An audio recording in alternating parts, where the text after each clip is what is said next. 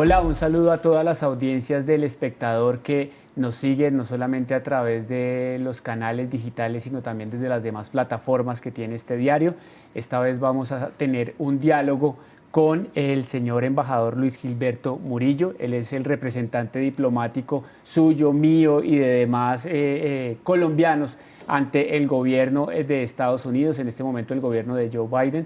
Su lugar de trabajo es Washington, pero en un paso por Bogotá amablemente ha aceptado este diálogo con el espectador. Entonces, pues nada, embajador, bienvenido. Muchas gracias y por la oportunidad de dialogar con usted, con todos los seguidores, seguidoras del espectador, que son muchos. Y esperamos que sigan siendo embajador. Yo sé que sí, hace muy buen trabajo. Muchas gracias. Señor embajador, no, pues comencemos. Usted es un tipo muy franco para hablar y está en un cargo que tiene unos cuantos chicharrones, por hablarlo coloquialmente. Pero empecemos. Si quiere, hablemos en un término general. Usted ya lleva más o menos 15 meses o 15 meses. ¿Cuál diría usted que han sido como los tres ejes principales de la relación Colombia-Estados Unidos durante la etapa del embajador Murillo? Bueno, lo primero que nosotros nos propusimos por instrucción del presidente Petro y los lineamientos del canciller Leiva fue mantener, proteger una relación que es estratégica y es especial tanto para Colombia como para los Estados Unidos, porque compartimos valores, compartimos objetivos, también estrategias de beneficio de ambos pueblos.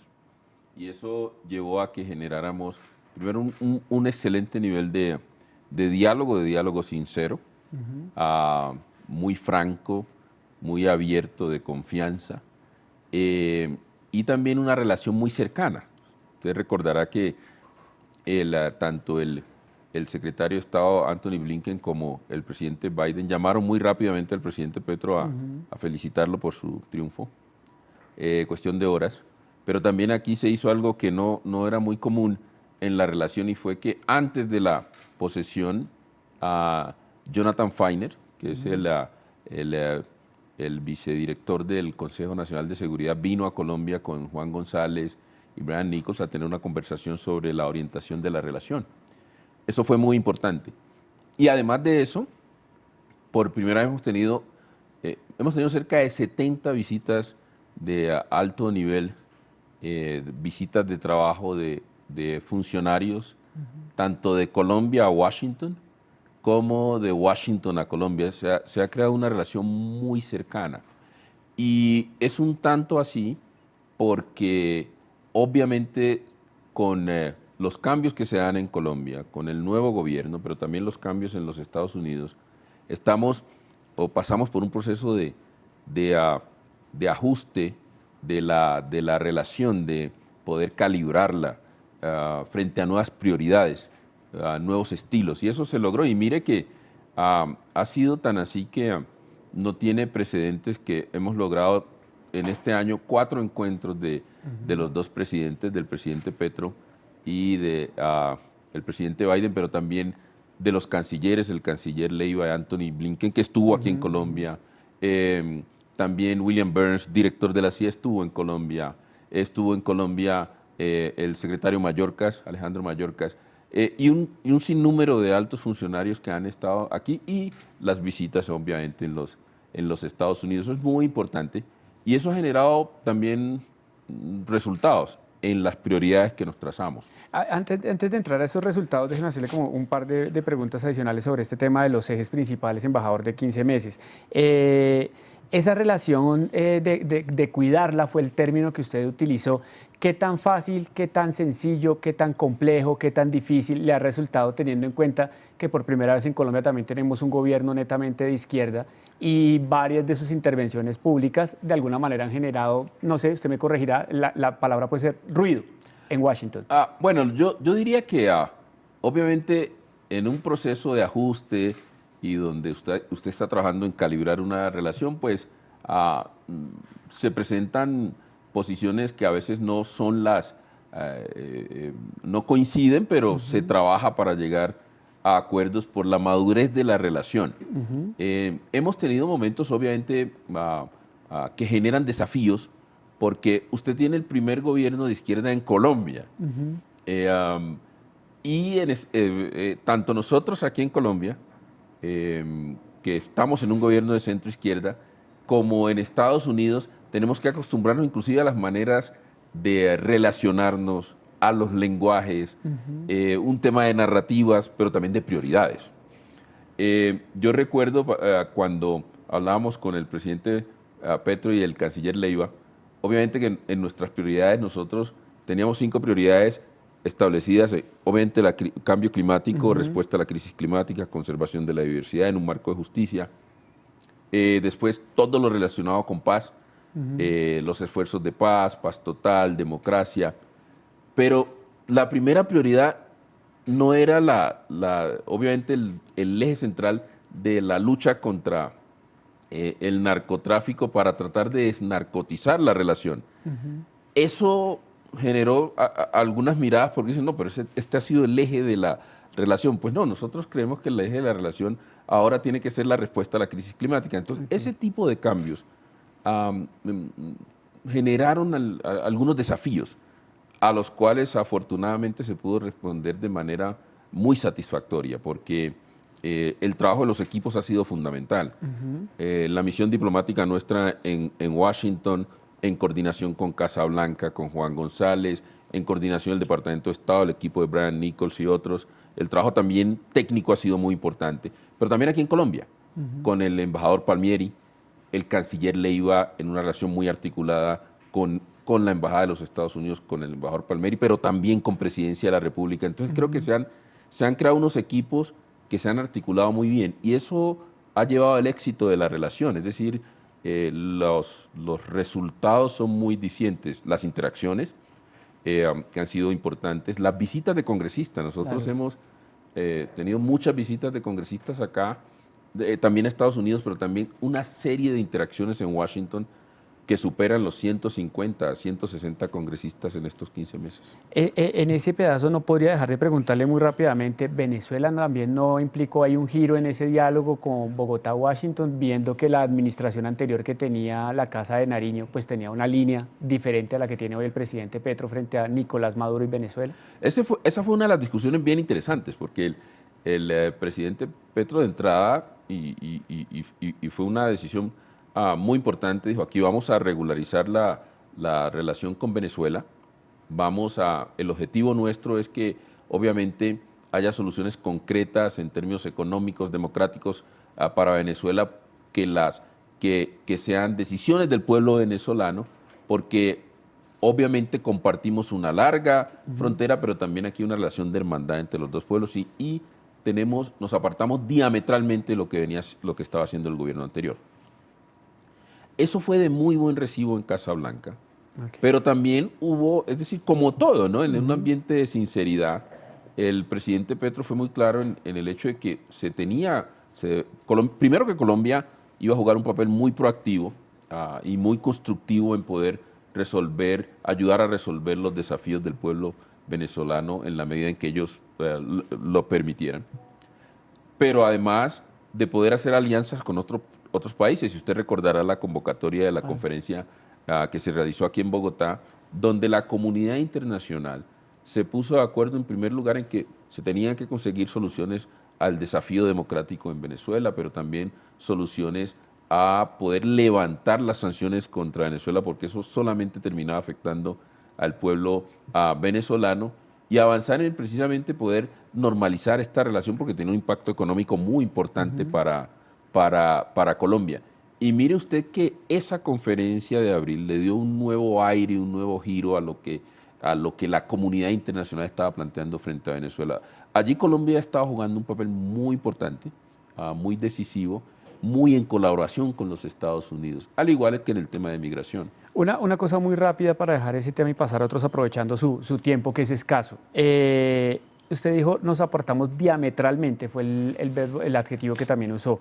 O sea que fue prácticamente un error haber considerado a Maduro una dictadura. Los pueblos tienen derecho, obviamente, a su autodeterminación y son decisiones que toman cada uno de los pueblos y así se valoran. Pero usted tiene en Venezuela el hecho de plantear una política de ruptura de relaciones con un país vecino con tantos nexos con Colombia, donde Colombia está asumiendo al menos el impacto es bastante alto. Aquí tenemos una población cercana a los 2.5, casi 3 millones de venezolanos y venezolanas, que se le dio obviamente un estatus de protección temporal, que eso es modelo a nivel mundial. En un contexto de estos, plantear la ruptura de relaciones pues no tiene mucho sentido, porque se aparta inclusive del concepto mismo y de la esencia de la diplomacia. Es decir, la diplomacia es precisamente para poder entablar ese tipo de diálogos y llegar a soluciones que respeten la evolución histórica y la tradición de cada uno de estos pueblos. Y ese es el caso, obviamente, entre naciones hermanas como Colombia y Venezuela. No quisiera referirme mucho al tema de Venezuela, hasta ahí está porque bien. realmente pues, hay otros responsables de esa. Yo llego simplemente al hecho de facilitar En Washington Perfecto. una interacción importante entre el gobierno de los Estados Unidos y el gobierno de Colombia y de Venezuela para poder contribuir en la medida que se pueda a soluciones concretas en ese país. Ok, unos temas adicionales es también, señor embajador, justo mientras que estamos grabando esta entrevista desde Washington, su sede de trabajo, dijeron que las disidencias, el ELN, todas son la principal amenaza terrorista en Latinoamérica. Lo dicen desde los organismos de seguridad estadounidenses. Pero además usted mencionaba que uno de los puntos es la paz que ha buscado el presidente Petro. ¿Esto qué tanto ayuda o no ayuda en esa búsqueda y qué tan fluido está el diálogo en el lograr ese propósito del gobierno nacional? Mire, nosotros, y reitero por instrucción del presidente Petro y el canciller Leiva, lo primero que dijimos, aquí tenemos 5 áreas prioritarias. Le mencionaba todo lo relacionado con respuesta a la crisis climática, transición energética, íbamos bien. Un trabajo muy articulado con los Estados Unidos, se está viendo obviamente en la COP en Dubái. Lo segundo, paz, democracia, etcétera. Lo tercero, migración. Sí. Pero ahí planteando una agenda distinta que también responda a los intereses de la población colombiana que está en situación irregular en los Estados Unidos. Y ahí estamos buscando un alivio migratorio que se le denomina DED por sus siglas en inglés. Pero hay, además, el fortalecimiento de todos los temas de seguridad, de política de drogas, pero bajo unos nuevos paradigmas. Seguridad humana y convivencia, y en política de drogas, no, mire, aquí nosotros vamos aquí a sembrar vida para poder combatir el narcotráfico, pero no vamos a perseguir ni campesinos ni a estas comunidades. Y obviamente toda una agenda de prosperidad económica que incluye todos los temas de comercio, los temas de ciencia y tecnología, educación, etcétera. Hay algunos asuntos donde hemos tenido más discusión, obviamente, y uno de ellos tiene que ver con los esfuerzos de paz. El gobierno de los Estados Unidos apoya los esfuerzos de paz de Colombia. Hemos tenido y que ha sido el resultado de una diplomacia muy efectiva y la voluntad de ambos países, donde Estados Unidos ha manifestado su apoyo a la paz total.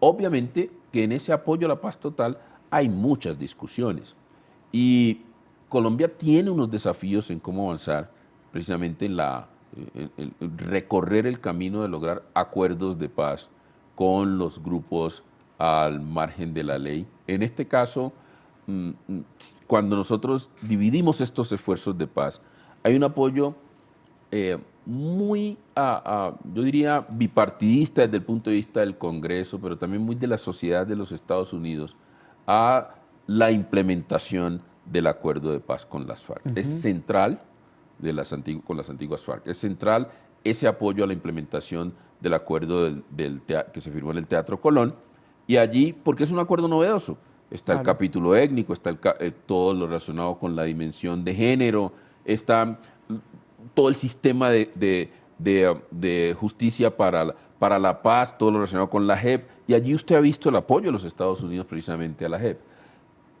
Sin embargo, en ese mismo marco, tiene mucho sentido el avance que ha hecho el país en las negociaciones con el ELN y con otros grupos de origen político. Hemos tenido más discusiones en lo que tiene que ver con el sometimiento. Allí todavía yo diría que hay un gran interés del lado de los Estados Unidos en que se pueda avanzar en un marco jurídico para el sometimiento. Y el ministro Osuna lo ha manifestado recientemente, que va precisamente a presentar una ley de sometimiento de grupos que vienen obviamente de estar en estas redes criminales que se consideran grupos dedicados exclusivamente al narcotráfico y que no tienen ningún origen político. Ahí hay un interés de los Estados Unidos y siempre en el propósito de apoyar, de ayudar, de ver cómo acompañan al país, como lo acompañaron obviamente también en el proceso con las FARC. Hay muchos sectores críticos de la posición y de la actitud del ELN, porque consideran que el gobierno, y coinciden con el gobierno en la generosidad que ha tenido en abrir estos espacios de diálogos, pero hay sectores en los Estados Unidos que me han manifestado que consideran que no ven una reciprocidad por parte del ELN en ese sentido. Esto es casi como un llamado tácito, ¿no? Como, oiga, señores ELN, pónganse las pilas, sin hablarle a ellos directamente. Hay mucho interés. Yo recuerdo que cuando presenté credenciales al presidente Biden, uno de los temas que salió en esa corta conversación de 5 minutos fue, mire, dijo, particularmente estoy muy interesado en el proceso de paz que están llevando y sobre todo del ELN, o sea, ese era el que tenía como Se lo mencionó directamente. En su radar, porque a ese realmente reaccionó. Y yo creo que ahí es muy importante que el ELN dé mayores muestras de voluntad de paz y de concretar realmente un acuerdo con el gobierno nacional. Una pregunta antes de entrar a un tema como el de la migración, que él me lo ha mencionado 3 veces, por obvias razones. Es muy central este tema. Sí, señor. La postura de Colombia en todo este tema de actualidad mundial sobre Israel, Palestina, Hamas, ¿le ha generado algún tipo de... ¿Cómo lo han leído en Washington? Porque Washington está del lado de, por lo menos la actual administración, del lado más de Israel que otro lado, aunque han pedido también las ayudas humanitarias y demás. Pero el presidente Petro sí tiene una postura muy firme sobre ese tema, al punto que hay una discusión diplomática que no es suya entre Israel y Colombia. Allá en Washington, ¿cómo han leído eso? Bueno, yo creo que obviamente hay un interés central en el escenario de Washington frente a lo que está sucediendo en Gaza. Y hay coincidencias con el gobierno colombiano en el hecho de que se debe avanzar hacia una solución que pueda permitir la existencia de los 2 estados, la necesidad de poder tener treguas y cese al fuego para que se puedan discutir de manera tranquila soluciones. Obviamente el hecho de rechazar cualquier acción violenta que lo que lleva es a impacto sobre la población civil y que se cumpla realmente con el derecho internacional, el derecho internacional humanitario, porque son centrales, como lo llaman mucho en Washington, la aplicación de la ley de la guerra. En Washington todavía, y eso hace parte de los desafíos, se están acostumbrando a tener una Colombia y un gobierno colombiano que es muy sincero en sus posiciones, pero que también de manera decidida lidera una política exterior progresista que tiene unos elementos muy centrales y que siempre obviamente está del lado de la manera en que Colombia entiende los pueblos que están en opresión. Y hay sectores que no estaban acostumbrados a esa posición tan sincera y tan directa de Colombia y del presidente Petro. Y yo creo que eso es muy bueno porque hay más, primero, estamos en un ambiente de un diálogo sincero, pero también en igualdad, que fue uno de los puntos, de las líneas planteadas por el presidente Petro desde el día 1 y desde la reunión 1 que se sostuvo con los Estados Unidos. Mire, somos aliados estratégicos, eso requiere que tengamos diálogos francos y además no siempre vamos a coincidir en las posiciones, porque el presidente Petro parte de la defensa de unos intereses del país, pero también del sur global. ¿No le ha generado ruido en su trabajo diplomático el hecho de que Colombia aún no haya dicho que jamás es terrorista, por ejemplo? Bueno, yo he sido muy claro, he estado en muchas reuniones en el Congreso sobre este tema. Congreso estadounidense. El Congreso, con el gobierno de los Estados Unidos. Y esa es mi tarea, obviamente, como jefe de la misión diplomática en los Estados Unidos, de explicarle al pueblo de los Estados Unidos, pero también a los centros de poder y al gobierno, cuál es nuestra posición. El presidente Petro lo dijo muy claramente, los hechos cometidos por Hamas, pero también los excesos de Israel son hechos barbáricos y esos hechos merecen condena.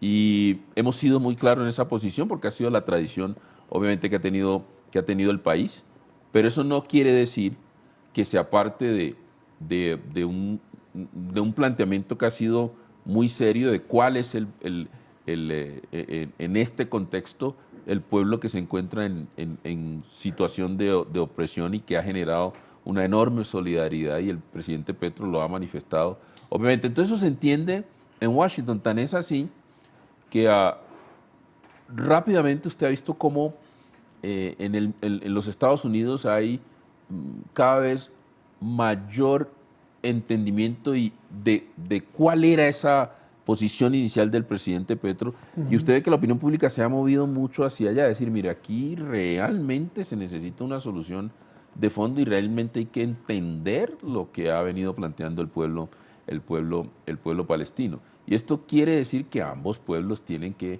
en primer lugar, convivir, pero además de eso, que hay que sacar a la población civil de cualquiera de estos conflictos, cumpliendo la ley de la guerra, cumpliendo con las normas del derecho internacional humanitario y seguir por los canales diplomáticos resolviendo el problema de fondo.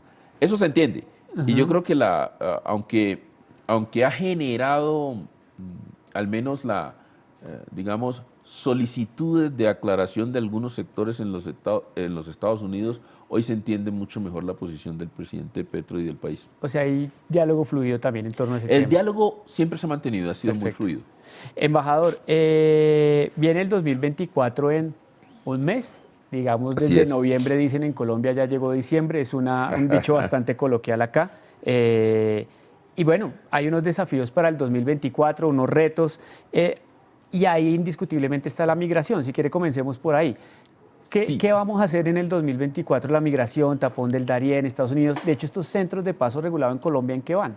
Bueno, nosotros, el presidente Petro y el canciller Leiva nos plantearon una agenda para poder gestionar desde lo diplomático, que tiene que ver, uno, con la necesidad de que tengamos una migración, porque la migración en el sentido estricto no es mala, es decir, esa es la historia de la humanidad, simplemente que se debe hacer de manera ordenada, de manera regulada, de manera segura. ¿Qué es lo que nos está presentando hoy? Lo primero es garantizar que tengamos una migración que sea humana, que realmente responda a las necesidades de la humanidad de estas personas, pero también que sea solidaria, para evitar actitudes xenófobas. Y en ese sentido, lo que nosotros como gobierno, y el presidente Petro lo ha repetido muchas veces, es las causas de la migración. ¿Por qué la gente se va? Porque no tiene las mejores condiciones en sus pueblos. En el caso colombiano, que se ha incrementado precisamente la migración, es porque necesitamos, obviamente, mayor apoyo para inversión en ciertas regiones del país. Pero en la crisis del momento está muy asociada también a la situación de Venezuela, que recibe y sufre de unas sanciones que también generan esto, y también, obviamente, como lo plantean algunos en sus líneas de pensamiento, todo lo que perciben como ciertos cierres de espacios democráticos. Entonces, toda esa combinación de factores lleva a una alta migración. Todo ese flujo migratorio lo están absorbiendo países en América Latina, pero también tiene un impacto en los Estados Unidos. Claro. La respuesta tiene que ser, este es un desafío regional, aún global, y la respuesta también tiene que ser en un contexto regional y global. Allí está, y es un buen instrumento, la Declaración de Los Ángeles sobre Migración y Protección, que es un instrumento que tenemos que utilizar, donde Colombia lidera varios comités. Esa primera línea de tener una migración que sea una migración humana, que sea una migración solidaria, tiene unas expresiones, y allí tiene que haber más inversiones en nuestros territorios. La segunda línea que se está planteando tiene que ver con la lucha y el combate de redes criminales que se están beneficiando de la migración. Trata de personas y digamos, flujo irregular de migrantes. Y someten a estas poblaciones, se aprovechan de estas poblaciones, explotan a estas poblaciones para poder tener rentas de esa naturaleza. Ahí hay una decisión inquebrantable de Colombia de combatir, obviamente, estas redes criminales. Lo tercero tiene que ver con poder desarrollar campañas que generen concientización en la población de que por favor no se sometan, no se arriesguen a caer en manos de esas redes y hacer ese recorrido por esas trochas de la muerte, que algunas obviamente tienen que ver con el tapón del Darién, Claro. pero otras tienen que ver también, se está registrando mayor movilización de migrantes a través de San Andrés y pasando a Nicaragua. No deben someterse a ese tipo de riesgo.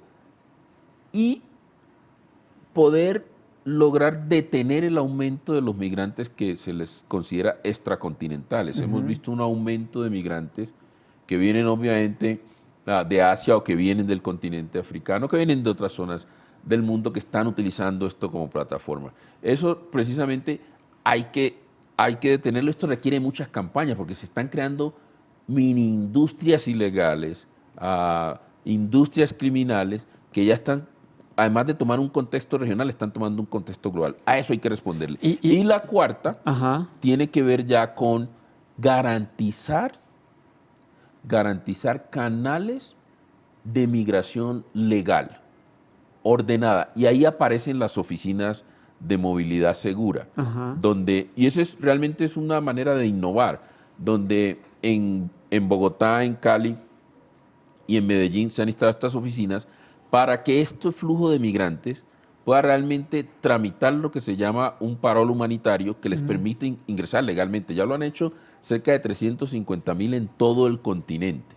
¿Tiene de pronto ese dato en Colombia? Lo puedo facilitar después, pero sí, perfecto. Ya tenemos un dato que quisiéramos que fuera mayor, pero ahí ya hay un dato, una cifra que es importante, que han tramitado el parol aquí en las oficinas en Colombia. Y asociado a esas vías legales, nosotros vemos en el caso colombiano que es importante, uno, agilizar todo lo que tiene que ver con las visas de turistas, etcétera, para que realmente tengamos normalidad en eso. Ahí, obviamente, la Embajada de los Estados Unidos y el gobierno de los Estados Unidos ha hecho un trabajo muy importante, el embajador Palmieri, la cónsul general, un trabajo muy importante. Lo segundo que nosotros vemos es que hay que avanzar en garantizar que la población colombiana tenga mayor acceso a visas de trabajo, para que haya mayor movilidad laboral, tengamos mayor oferta y mayor acceso a intercambios educativos, intercambios culturales, a visas de talento.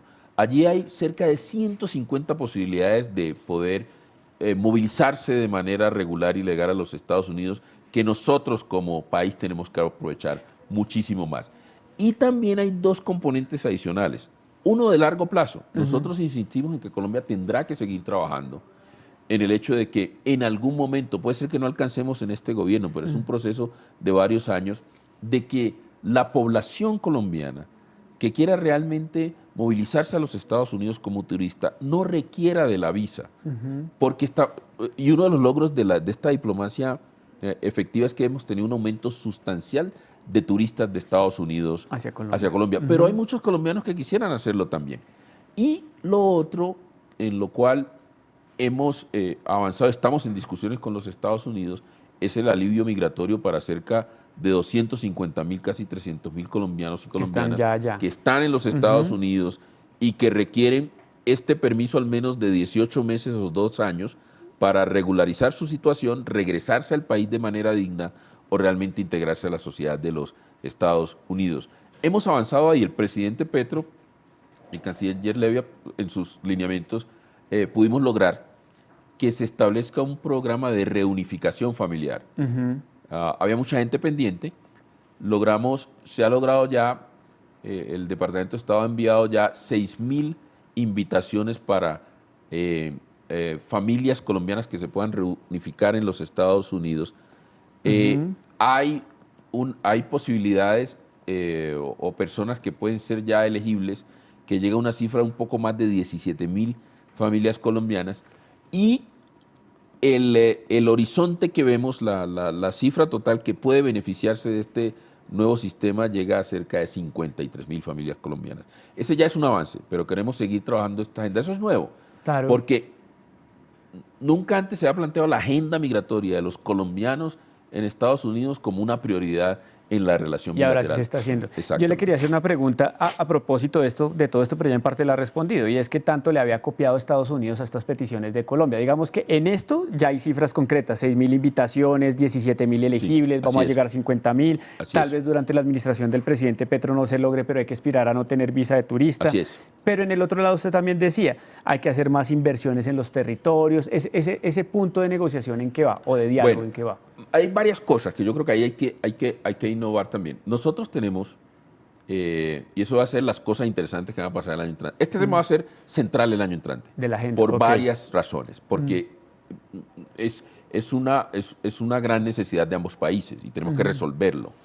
Pero además, Estados Unidos va a entrar en un proceso electoral donde el tema migratorio es clave, es clave. Entonces allí hay una oportunidad para que lo podamos discutir, para que podamos avanzar, pero además en la cooperación, nosotros tenemos un acuerdo de cooperación para objetivos de desarrollo, que es con la USAID, que arrancó en el 2021 y llega hasta el 2025, y es un acuerdo por cerca de 1.500 millones de dólares para cooperación en términos del desarrollo. Nosotros aspiramos iniciar el año entrante la renegociación del nuevo acuerdo por 4 o 5 años y aspiramos que haya un promedio de ayuda para el desarrollo que esté alrededor, específicamente para temas asociados a la USAID, entre 250 y 300 millones de 350 millones de dólares al año, pero en el total de la cooperación de los Estados Unidos, aspiramos que esta cifra esté en los niveles de hoy, entre 500 y 550 millones de dólares al año, y que con los ajustes de migración pueda llegar a 700, 800 millones de dólares al año. Esa discusión... Aquí en Colombia. Aquí en Colombia, sí. De fondos de Estados Unidos hacia Colombia. Esa discusión va a estar en el centro de la relación bilateral el año entrante.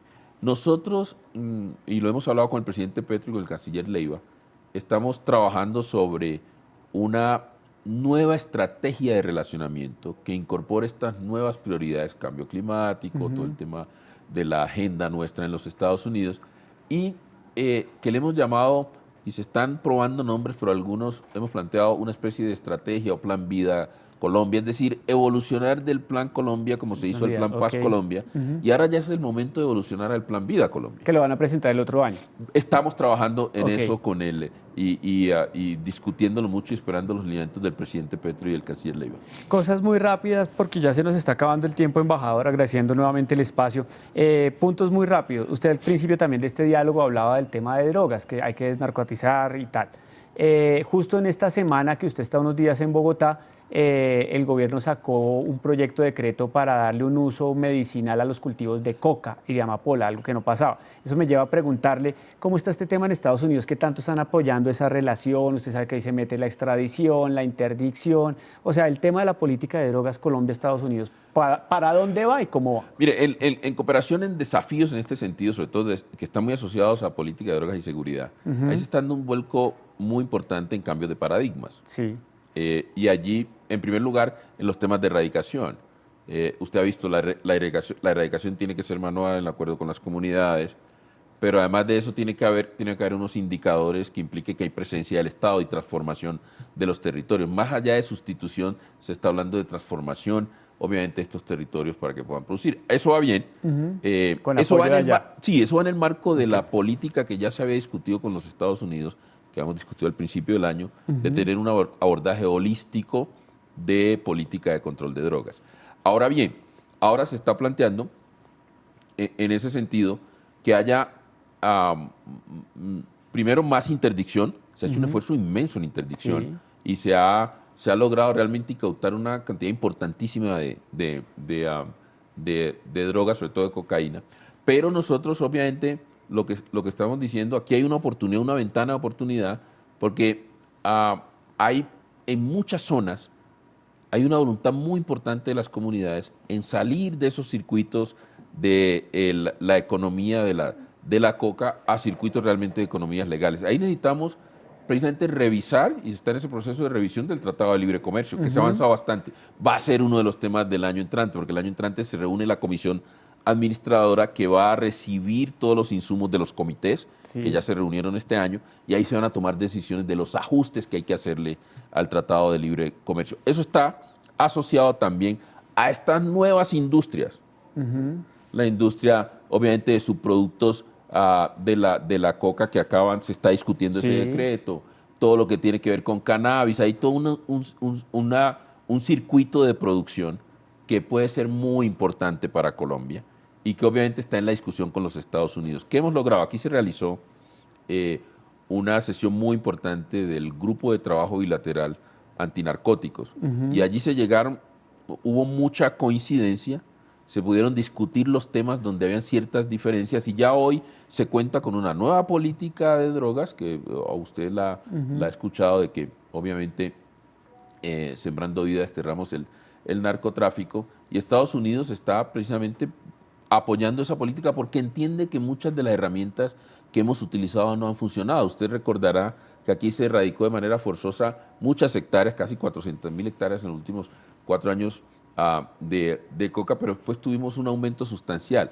Cosa que sucedió que es interesante en el último informe es que el aumento en los cultivos no fue como se esperaba aquí, que se iba a llegar a las 300.000 hectáreas, que iba a aumentar casi un 50-60%, el aumento fue mucho más reducido. Entonces creo que hay buenas señales, pero también hay desafíos, pero lo más importante es que seguimos trabajando de manera muy articulada con los Estados Unidos. Una cosa muy rápida, ¿cuándo se reúne ese gran comité del TLC de la renegociación? Bueno, el ministro Umaña, que está liderando, y nosotros lo acompañamos obviamente, que está liderando esas negociaciones, va a definir fecha en el primer trimestre del año entrante, pero es una decisión que él tomará conjuntamente con su colega de los Estados Unidos y nosotros acompañaremos ese proceso como lo hemos venido haciendo. Y hay una cosa que es noticia y no puedo dejar pasar, y es que entonces se hablaría en ese TLC de incluir estas industrias nuevas como lo de... No. Usted lo dijo así, vamos a hablar de la posibilidad de las industrias como de la coca medicinal, la cannabis medicinal.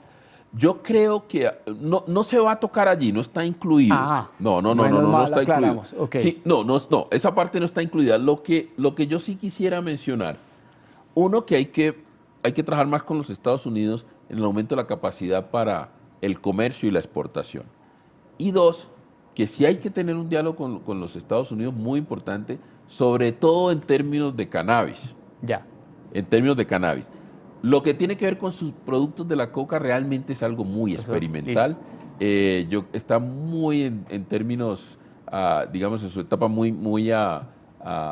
inicial, que no creo que sea un tema todavía de interés o maduro para una discusión con los Estados Unidos. Pero para dejarlo claro, ese tema del cannabis tampoco es que vaya a entrar dentro de ese diálogo del TLC. No. Aquí estamos mirando simplemente... Es otra cosa. Listo. No, este es más de los mecanismos. Es decir, ¿qué mecanismos hay que ajustar para dinamizar el comercio entre los dos países, que sea de manera justa, que realmente los beneficios se compartan de mejor manera? Porque usted tiene un tratado que ya tiene 10 años, que todos coinciden en que hay que modernizarlo, y realmente es qué se puede modernizar, menos en términos de los productos, pero más en términos de los mecanismos que permitan ciertos sectores que puedan desarrollar de manera armónica en beneficio de los dos países. Embajador, y cerremos con una pregunta casi que obvia. 15 meses, y usted suena como que ahí va a seguir un montón de tiempo en la embajada, pero también sonó que iba a venir a Colombia. O sea, ¿qué vamos a esperar de Luis Gilberto Murillo 2023 finalizando inicios de 2024? No, yo estoy cumpliendo una tarea en la embajada por, obviamente, asignación del presidente Petro y el canciller Leiva, y ahí voy a estar hasta que ellos lo decidan, y pues lo más importante es contribuirle al país. Yo creo que yo conozco ese ambiente allá y desde allá puedo seguir cumpliendo con las misiones que se me dan. Yo creo que nos llena de satisfacción que la relación está en un muy buen momento. Usted recordará que aquí decían que al mes, a los 2 meses, prácticamente que iba a haber allí rompimiento, ruptura de la relación, pero no, al contrario, hemos tenido una relación muy cercana y muy sincera. Vuelvo, insisto, reuniones periódicas, los encuentros de los presidentes, las invitaciones a todos los escenarios donde Colombia juega un papel importante. Entonces yo creería que allí todavía hay mucho por hacer y yo quisiera seguir contribuyendo al presidente Petro y al gobierno en la transformación del país, en la implementación del plan de desarrollo para que realmente convirtamos a Colombia en una potencia de la vida. Yo creo en eso, confío y lo que pueda aportar desde allí lo haré. Pues aporta más desde Washington, según sus palabras. No, yo creería que allí es donde hay, sobre todo ahora, mucho interés en lo que está sucediendo a nivel global. Yo creo que es una buena plataforma. A mí realmente, yo me siento muy cómodo en ese trabajo y creo que hay una valoración de que lo que estamos haciendo se está haciendo en un marco de una diplomacia efectiva y he contado con mucho comprensión y respaldo del presidente, la vicepresidenta, del canciller. Embajador, mil gracias por este diálogo con el espectador. A usted muchas gracias. Bueno, y a nuestras audiencias, gracias por acompañarnos durante estos minutos con el diálogo con el señor embajador Luis Gilberto Murillo, el representante diplomático de Colombia ante el gobierno de Estados Unidos. Recuerden estar siguiéndonos a través de nuestras redes sociales y demás plataformas digitales e impresas que tiene el diario El Espectador. Un saludo y hasta la próxima.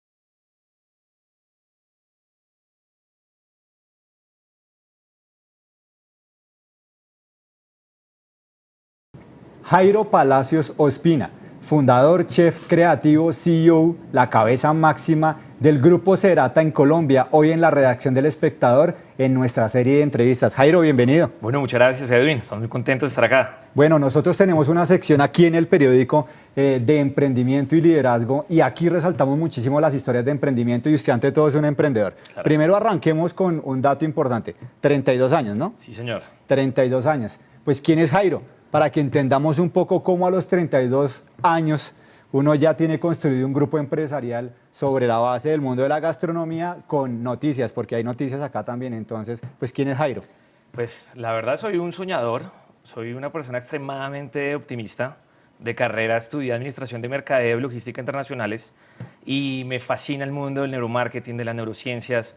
O sea, todo alrededor del comportamiento del consumidor se basa todo lo que hacemos, y de ahí viene cada uno de nuestros modelos de negocio, de nuestros restaurantes, que tiene ese toque sensorial. ¿Cómo fue ese arranque? Porque siempre dicen que lo más difícil de emprender es arrancar, aunque sostenerse también es muy difícil. ¿Cómo fue ese inicio? ¿Cómo arrancó el Grupo Serata en Colombia? Bueno, antes de trabajar o emprender, estaba trabajando en mis prácticas con la empresa Louis Vuitton de Hennessy, que es la conglomerado de marcas premiums del mundo. Ahí estuve en el mundo en Bogotá, haciendo todo el tema del marketing de Moet Chandon, Dom Perignon, Besclicó, y ahí mi relación estaba con muchos restaurantes.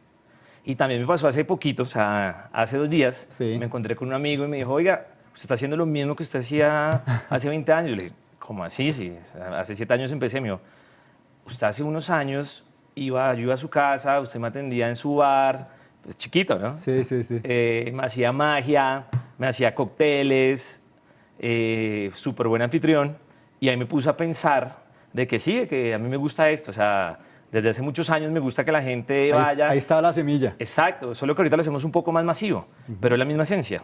¿Cómo arrancó todo? ¿Cuál fue el primer restaurante y cómo arrancó esa primera inversión y ese primer riesgo? Antes de estar con el Grupo Serata, había estado en más restaurantes. De los 6 que estuve, 4 los quebré, pues, se cerraron, por decirlo así. Otros 2 siguen siendo exitosos, pero ya eran más modelos de franquicia. Ajá.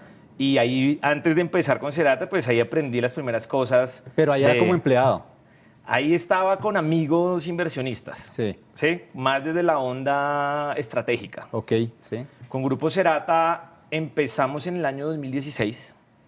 Ahí estaba trabajando con la empresa familiar. Mi familia es constructora. Entonces estaba ayudándoles en un proceso de un tema inmobiliario. Y había un local específicamente muy interesante en el segundo piso de la 114, donde está Serata. Eso es, para las personas que nos ven desde fuera de Bogotá, eso es al norte de Bogotá, un punto muy estratégico, la esquina de la 116 con autopista. Grupo Serata está en la 114. Sí, señor. Y ese creo que fue el reto, y ese creo que fue el que nos cambió el chip. ¿Por qué? Porque ahí estaba empezando a revisar qué tipo de restaurantes podría servir ahí, ¿sí? Llegaban restaurantes que tienen un modelo más que no eran restaurantes de destino, más de conveniencia. Entonces yo le expliqué ahí a la junta directiva, les dije, oiga, acá toca poner algo que sea destino, si no la gente no va a venir. Entonces seguían llegando restaurantes y yo decía, quizás no, porque uno cuando es inmobiliario le interesa que el local no rote. Claro. Y ahí llegó un hermano, algo así, me dijo, no, pues entonces móntelo usted. Entonces yo dije, bueno, pues pensémoslo. Y ahí nació Serata. Ajá. Mi papá, que es apasionado del mundo de la gastronomía, me dijo, oiga, si usted quiere algo de destino, debe meterse ahí con un chef estrella Michelin, pues para darle todo el tema robusto. Tiene que traer nombre, o sea, un gancho. Al fin y al cabo, en el mundo inmobiliario, así como hay unos almacenes gancho, necesitaban un chef gancho. Exactamente. Entonces viajamos a España, viajamos a San Sebastián, País Vasco. Esa es la área por densidad donde hay mayor cantidad de estrellas Michelines, ¿sí? Del mundo. ¿Ah, sí? Sí. Pues la primera ciudad es Tokio.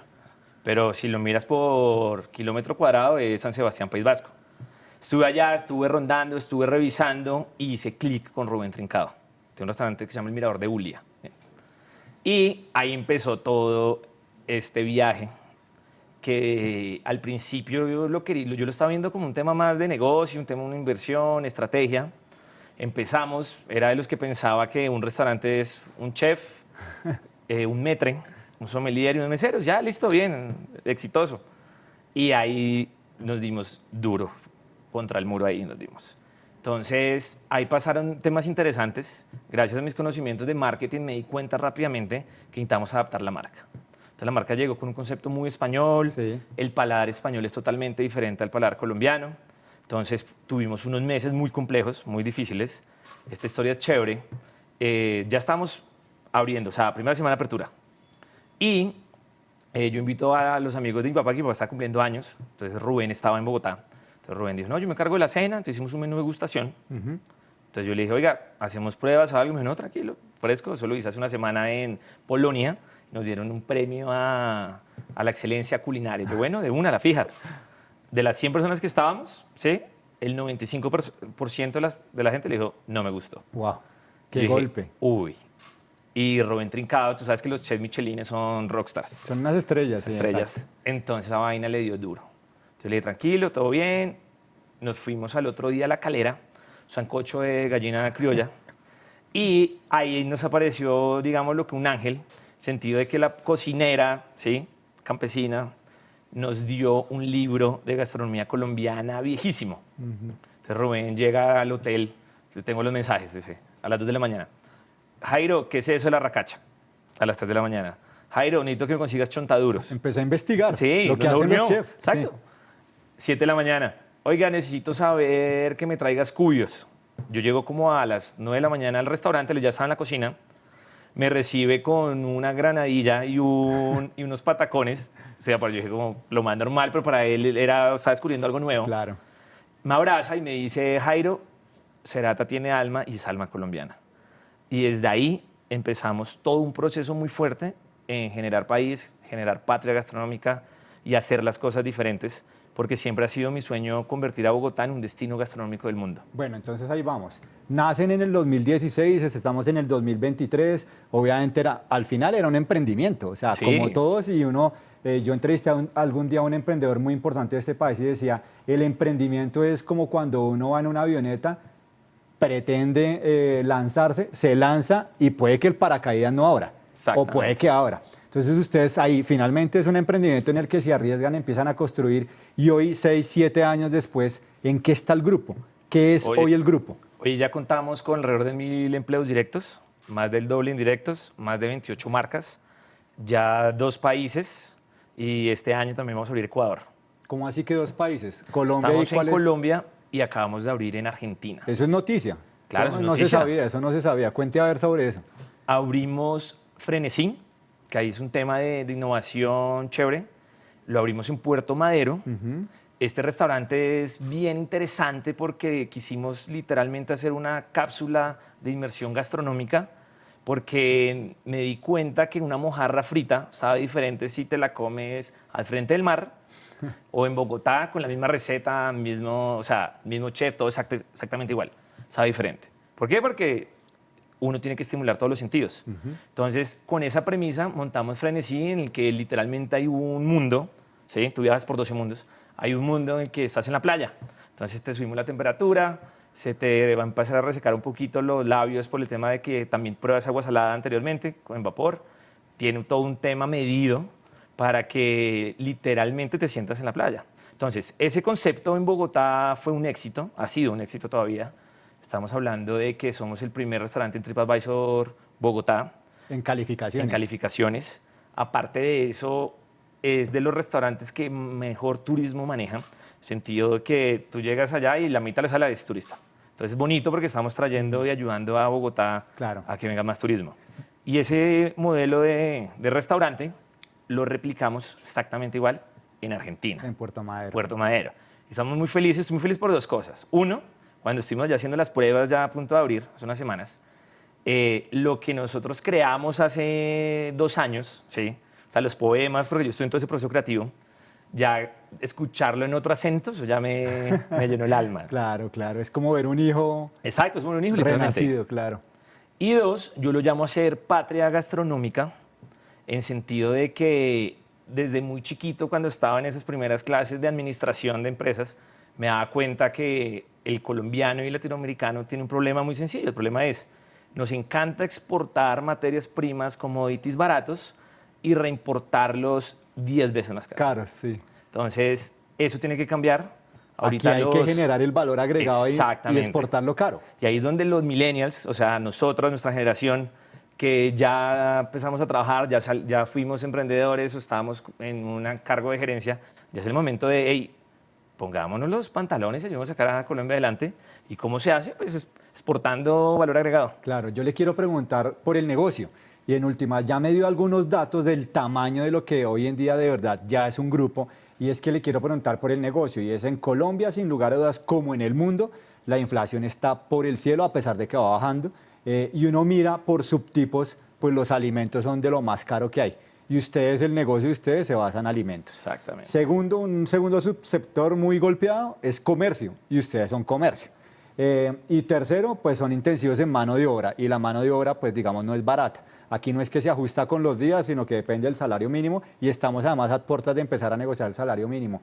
¿Cómo está el negocio en esos números, teniendo en cuenta que hay tan caro en Colombia? Exactamente. Ahorita estuvimos en el Congreso de la Asociación Colombiana de Restaurantes, justo se tocaron esos temas. El gremio de los restaurantes está en un momento muy complicado, se habla de 35% menos de ventas. ¿Este año? Este año comparado al año pasado. Se habla de que somos el cuarto país del continente con la peor inflación después de Venezuela, Argentina, Haití. Sí. Y el colombiano no está acostumbrado a eso.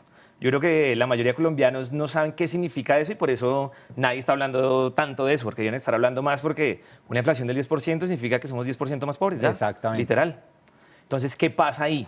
Que uno tiene que saber jugar, sobre todo en los menús que uno tiene, porque si yo voy al mismo camino, a la misma velocidad que va la inflación, la gente no entiende y va a decir, oiga, carísimo. Sí. Entonces uno tiene que sacrificar un poco su rentabilidad, su margen, y ser extremadamente rentable.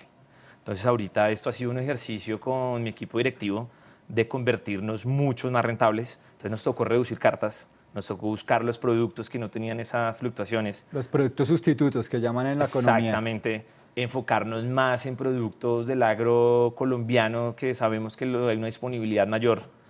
Y estamos esperando, o sea, al gremio, que yo también represento a Codres, de que posiblemente o se predice que el 20% de los restaurantes no pasa el otro año. Se van a quebrar. Exactamente. Entonces nosotros como grupo es, uno, tenemos que volvernos supremamente rentables. Dos, el tema de cómo sustituir al comensal colombiano que está perdiendo su poder adquisitivo, turistas. Entonces ahí es donde estamos como muy pendientes de lo que va a pasar ahorita con nuestro nuevo alcalde. Ahí es clave invertirle muchísimo a la seguridad en Bogotá, porque claro, hay mucho turista que le gusta, que le encanta, pero le da miedo venir, eso para nadie es un secreto. Sí, sin lugar a dudas. Interesante esa visión de cómo sustituyen bienes, productos alimenticios, pero también sustituyen al cliente. Y buscan, sí, toca buscar a los clientes. Claro, al que tiene la capacidad adquisitiva para pagar. Y ahí tuvimos, pues obviamente salimos de pandemia, para los restaurantes en pandemia el 55% quebró. Y ahí es donde uno empieza a mirar el tema de las crisis, ¿no? Y recordar que las empresas que duran más tiempo no son las que tienen más dinero, sino son las que se adaptan más rápido. Claro, las que como un camaleón al final Exactamente. Entonces, lo logran. O sea, ya es una realidad. Ya es un tema exógeno, o sea, no depende de nosotros como grupo que los restaurantes en Colombia no estén vendiendo como antes.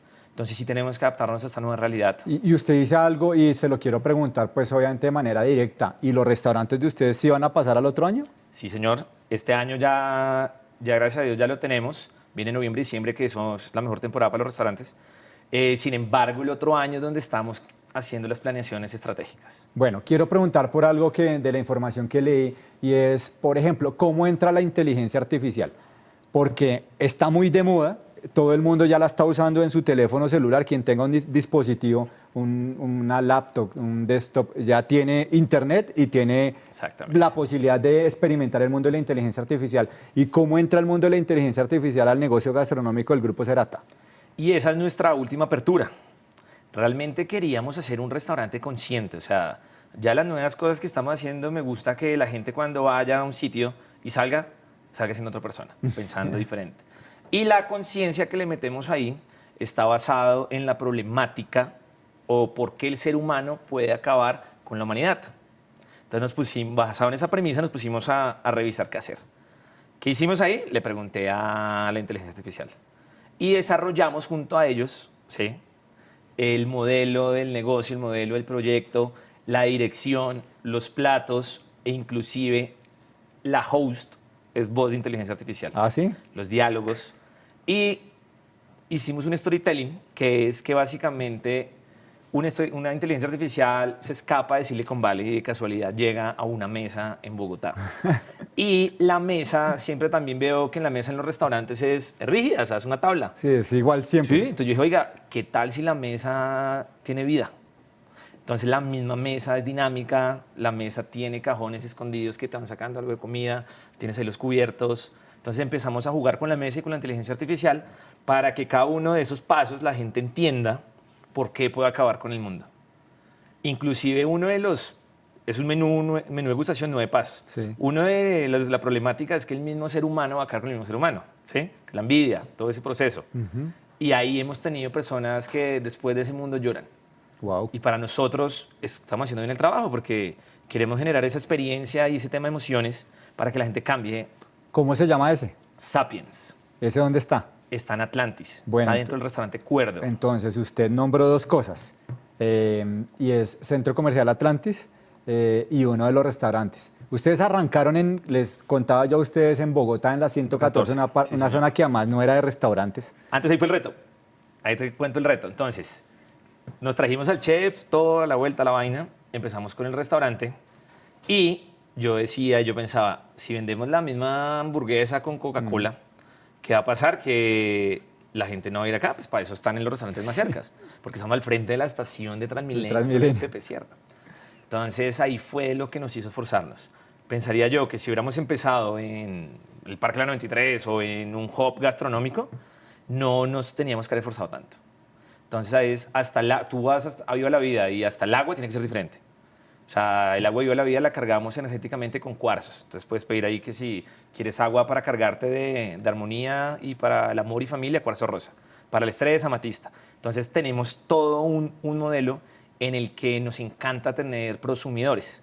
Prosumidor es el comensal que trabaja para ti y él no lo sabe. Entonces, ¿cómo se ve eso? Se ve, por ejemplo, en Instagram. Entonces, ponemos el agua, ya solo con que alguien ponga una foto, ya está trabajando para ti. Claro. 2, tenemos también las personas que le encanta llevar a la gente a dar vueltas es un host. Claro. Entonces, ahí entendimos el concepto de prosumidor. Interesante. Y nos pareció más interesante tener prosumidores que comensales. Claro, eso es en última neuromarketing. Exactamente. Bueno, pero le quería preguntar, arrancan con 114 y abren un complejo gigantesco en el centro comercial. ¿Cuántos metros hay allí? ¿Cuántos restaurantes hay allí? ¿Cuántos empleos hay allí? ¿Cómo funciona ese mundo de ese centro comercial? Sí, estamos hablando de que el complejo de la 114 tiene 1.500 metros cuadrados. En Atlantis tenemos 3.000. Entonces fue un proceso muy interesante porque es doblar la compañía, literalmente. Ahí tenemos... bueno, y como dato curioso también, es el complejo gastronómico fine dining más grande de Latinoamérica. ¿Ah, sí? Exactamente. Entonces, no están haciendo nada de eso en Perú, en Argentina, en México. Entonces, también somos como pioneros en este tipo de modelos de complejos, de mercados. Y lo que tenemos ahí son 15 marcas, de las cuales 9 son restaurantes fine dining. Y las otras marcas, tenemos una heladería, una panadería. La heladería se llama Bruce, es muy buena. Panadería Giornata, chocolatería Laporte. Siempre me ha gustado la banda italiana. Tuve la oportunidad de vivir en Italia y ahí me enamoré de la gastronomía. Los gelatos, además. De los gelatos, de ahí hacemos de las pastas a mano, de las harinas. Entonces, por eso cada uno de los conceptos tiene ahí como su toquecito entre italiano como con colombiano. Y de ahí me enteré de algo hace poquito porque estuve con él almorzando una hamburguesa y me contó un tipo muy reconocido en Colombia que tiene un programa de televisión también muy reconocido que se va a asociar con ustedes para abrir una charcutería, si no estoy mal. Claramente, esa la tenemos con el gran Rafa Taibo. Exactamente. Y con él estamos montando una tapería que la llamamos La Bodeguilla. La abrimos casualmente ayer. ¿Ah, sí? Sí. La acaban de abrir. La acaban de abrir. Entonces, ¿qué van a encontrar ahí? Es una tapería al mejor estilo español. Claramente él es cocinero, él aparte de ser actor, es cocinero. Entonces queríamos también tener como la esencia y el ADN de la cocina española, auténtica. Interesante. Bueno, quiero preguntar por algo que también está muy de moda que paradójicamente no debería ser de moda, sino debería ser una obligación hace rato, y es el tema de la compensación con la huella de carbono. Entiendo que ustedes también, no sé si en uno de los restaurantes o en uno de los complejos, ya han logrado esa compensación. ¿Cómo se logra eso en el mundo gastronómico? Nosotros somos de los que piensa que uno tiene que dejar el país, el mundo, mucho mejor de lo que lo encontramos. Estamos mirando qué era nuestra huella de carbono, cómo estábamos contaminando. Aparte de eso, ya somos 100% libre de plástico dentro de los restaurantes, de lo que nosotros sacamos, por decirlo así.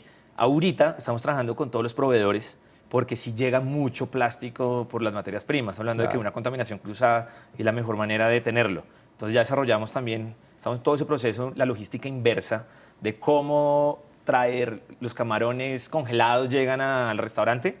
La idea es que lleguen en recipientes que se puedan reutilizar sin afectar todo el tema de sanidad, podérselos devolver y empezar todo el proceso, porque uno ya sabe cuántos kilos de pulpo le llega semanalmente. Entonces, por ese lado, estamos como muy contentos de estar generando eso.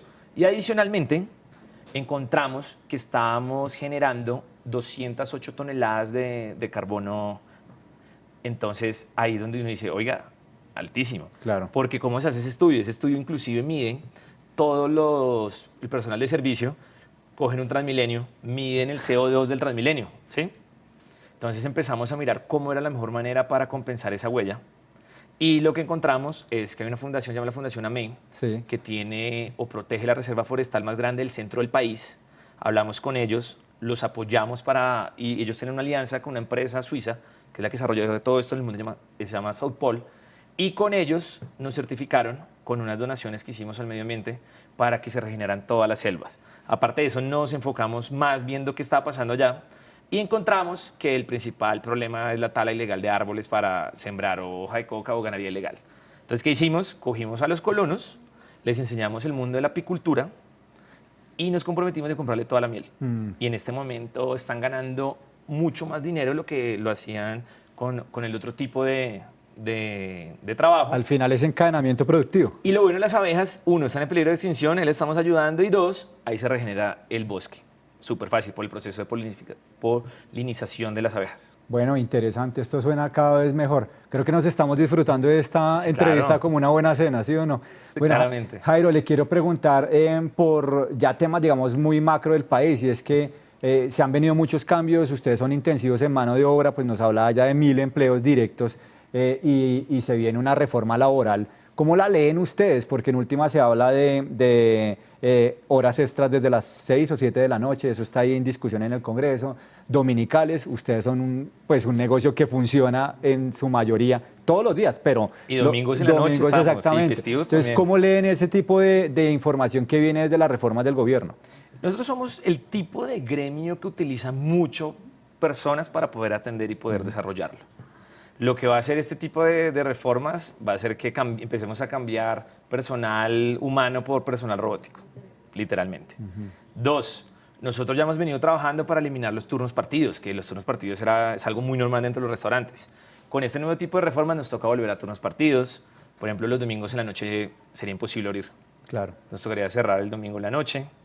Y entonces ahí qué va a pasar, que vamos a empezar, el gremio de los restaurantes va a empezar muy lentamente a ir despidiendo personal. Y es lo que más o menos estamos viendo ahorita, porque aparte de eso, súmale que hay una fuga de cerebros del servicio colombiano impresionante. ¿Talentos se van para afuera? Exactamente, ¿por qué? Porque aquí llegan, las condiciones laborales no son como las que está pasando en Estados Unidos, en Canadá. Entonces, es solo este año de por lo menos unas 60 personas están trabajando en Estados Unidos en hoteles. Y me dicen a mí y yo les digo, oiga, si es para mejorar, hágale. Claro. Entonces, todo eso está de la mano y por eso ahorita estamos revisando un proyecto, estamos a punto de lanzarlo. Es que descubrimos que Colombia tiene una tasa de desempleo altísima, ¿no? O sea, hay mucha gente buscando trabajo. Sí. Pero si tú eres un restaurante, te vas a dar cuenta que no hay gente calificada para ser cocinero, para ser mesero. O para sea, ser se ha ido. Se ha ido un montón. Entonces, no hay. Entonces, lo que estamos ahorita promoviendo, estamos haciendo alianza con una universidad, porque queremos coger al tipo de persona que está buscando trabajo, no sabe ni idea del gremio de la gastronomía, capacitarlos y empoderarlos en nuestros restaurantes. Si no, esto va a ser inviable en un futuro. Jairo, el mundo de la gastronomía ha cambiado mucho. Yo creo que también la llegada de Internet, las redes sociales hizo que la gente se culturizara un poquito más y también tomara la decisión de pagar un poquito más. Le quiero preguntar por esa industria en general, por lo menos en Colombia. ¿Qué implica tener un chef con una estrella Michelin en un restaurante? ¿Qué implica que un comensal en TripAdvisor lo califique como lo mejor? ¿Qué pasa cuando un turista toma la decisión de venir a Colombia y hacer turismo gastronómico más allá de avistar aves o entender que este es, digamos, el dueño no, tenemos parte del Amazonas que es el pulmón del mundo? ¿Cómo se está entendiendo esa industria gastronómica hoy en Colombia?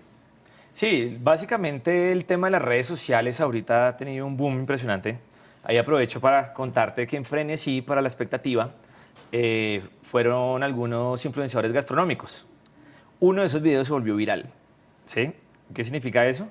Que antes de abrir tenemos 9.700 personas en lista de espera. Entonces, ¿es bonito? ¿Antes de abrir? Sí. Es bonito que ya ahorita son alrededor de 6 meses, Frenesí, lleno por un video. Entonces, cuando uno entiende eso, es interesante que todas las personas, un segmento muy alto de la población colombiana y del mundo, ve lo que tú estás haciendo.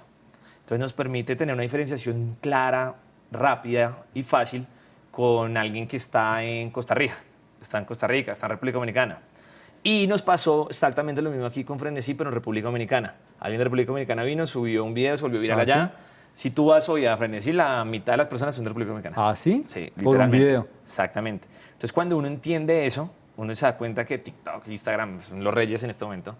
Entonces sería poco inteligente no aprovecharse de eso y no usarlo. Bueno, y la otra es, ¿cómo está la industria en Colombia?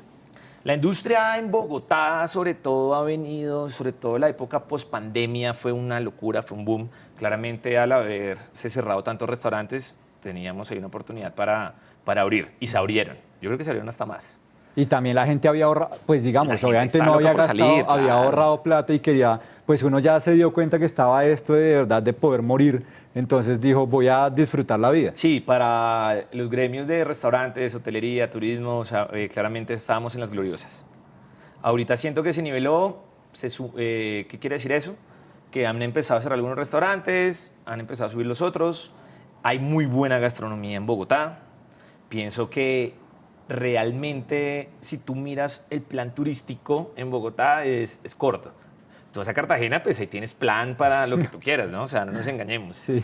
Entonces, en Bogotá, aparte de ir a la Candelaria, de ir a Monserrate, a la mina de sal, que es fabuloso, la gastronomía debe jugar un papel ahí clave. ¿Y lo está jugando? En este momento lo está jugando, pero podría mejorar. Bueno, una pregunta de consumidor y es, ir a los restaurantes de ustedes no es barato. Pero también una vez le entrevistamos a Juan, el del Cielo, y él también nos da una respuesta interesante cuando hablamos de precios. ¿Cómo explicarle a la gente o cómo más bien entender que pues, lo bueno realmente vale? Eso nos pasa en todos los escenarios de la vida, para que uno cuando llegue y mire la carta diga, bueno, ¿a qué me voy a enfrentar? Y sobre todo, que haya un regreso. Sí, y también ahí vale la pena entender también algo. De que nosotros con el modelo de restaurantes que tenemos, o sea, metiéndonos en el cuento del fine dining, estamos compitiendo no solo con Colombia, estamos compitiendo con otros países del mundo, porque ese turismo gastronómico ya ha ido a un restaurante en Nueva York, un restaurante en Tokio, ¿sí? Y nos toca jugar con materias primas que son costosas. Claro ejemplo, por ejemplo, es el salmón que traemos del mar de Bering, ¿sí? O sea, es un salmón que fue alimentado de una manera especial, igual que los cerdos ibéricos de bellota. No lo puedes comparar con un salmón que solo lo alimentaron con concentrado. Entonces, eso, cuesta un poco más, y aparte de eso, cuando lo pruebes, va a ser totalmente diferente la experiencia. ¿Y a qué voy con eso? Que somos muy baratos si lo quieres comparar con un tema internacional.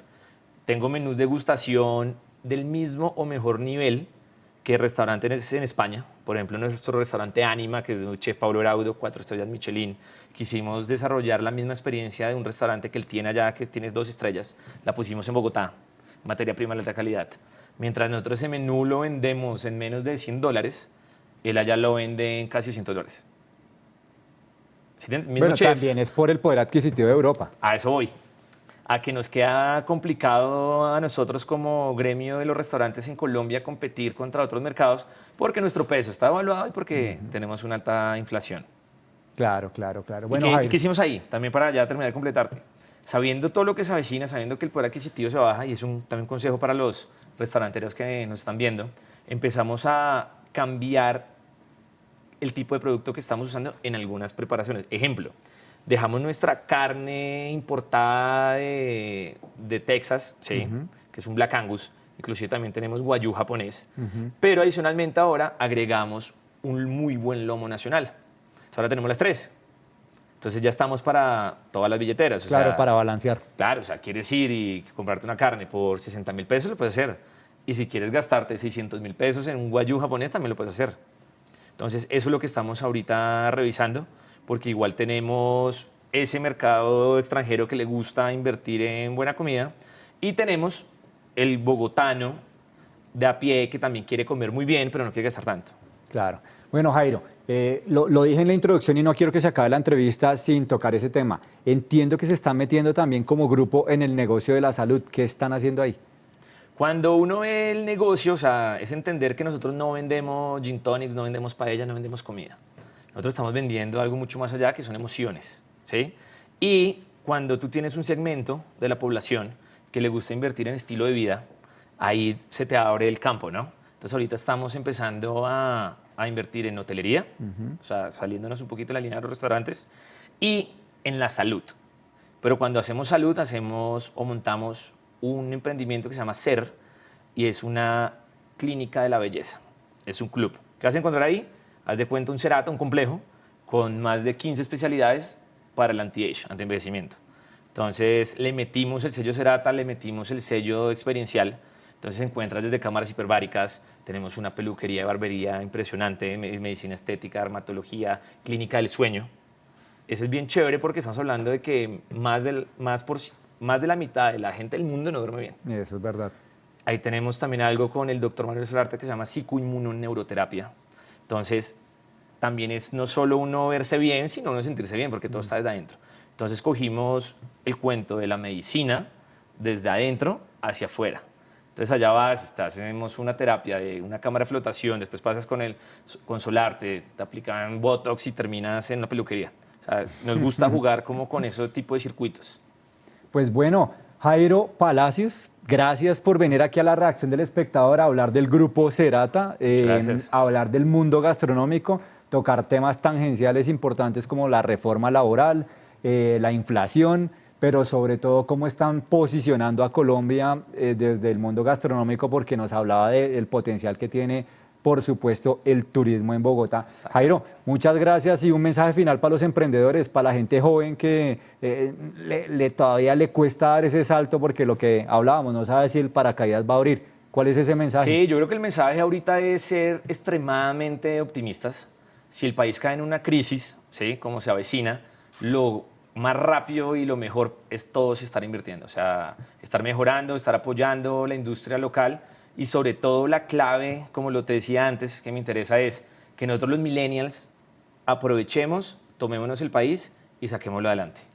Pues Jairo, gracias de nuevo aquí desde La Reacción del Espectador. Ojalá sigan creciendo, porque eso, claro, desde que a ustedes les vaya bien, eso es porque también le va a ir bien a la gente que va a poder tener un empleo ahí y al final son una carta de presentación. Ya nos decía, por ejemplo, en Argentina. Jairo, gracias. Una vez más, muchas gracias. Esta entrevista la pueden ver en www.elespectador.com y además, ya saben, la pueden reproducir cuantas veces la quieran porque se queda allí alojada en nuestra plataforma digital. Recuerden www.elespectador.com. Hoy estuvo Jairo con nosotros, el presidente fundador del grupo Serata, el negocio gastronómico en Colombia. Jairo, de nuevo, muchas gracias. Muchas gracias. Hasta pronto. Hasta pronto.